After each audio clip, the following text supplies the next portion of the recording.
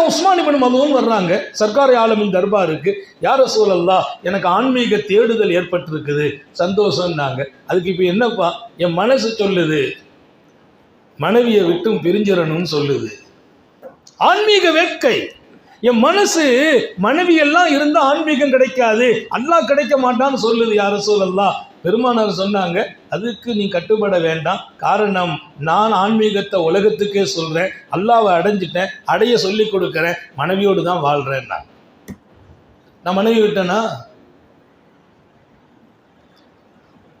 ஆன்மீகம் என்பது இறைவனை அடைவதற்காக குடும்பத்தை விட்டு ஒதுங்கிறதல்ல, வியாபாரத்தை விட்டு ஒதுங்கிறதல்ல, மக்களை விட்டு ஒதுங்கிறதல்ல, வாழ்க்கையும் வாழ்வாதாரத்தை விட்டும் தூரமாகுவதில்லை.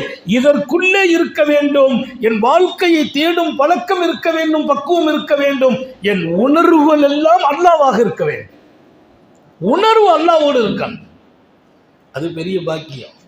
ஆனால் நிறைய பேருடைய பலகீனம், பள்ளிவாசலுக்கு வந்தால் கூட அல்லாவுடைய நினைவு வர்றதில்லை, பள்ளிவாசல்ல கூட அல்லாவுடைய நினைவு வர்றதில்லை.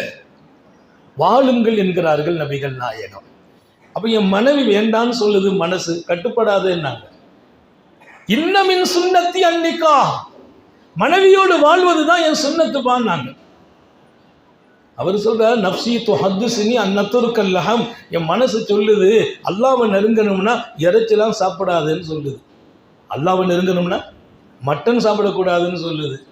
பெருமானார் ஸல்லல்லாஹு அலைஹி வஸல்லம் சொன்னாங்க, இன்னி ஒஹிப்புஹு, நான் மட்டனை பிரியமா சாப்பிட்றேனப்பா.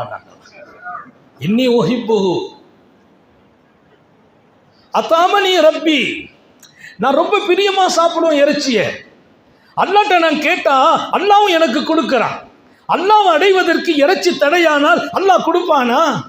இறைச்சி ரப்புடைய நெருக்கத்திற்கும் ஆன்மீகத்திற்கும் தடை என்றால் ஒரு நபியால் அதை நேசிக்க முடியுமா? நான் நேசிக்கிறேன். நம்ம வாழ்க்கையை இலகுவாக்கி எளிமையாக்கி எல்லாத்தையும் அனுபவிக்கிற நசீபை கொடுத்து அதற்கு மேலே நீ அல்லாஹ்வை அடையணுங்கிறது ஆன்மீகம்.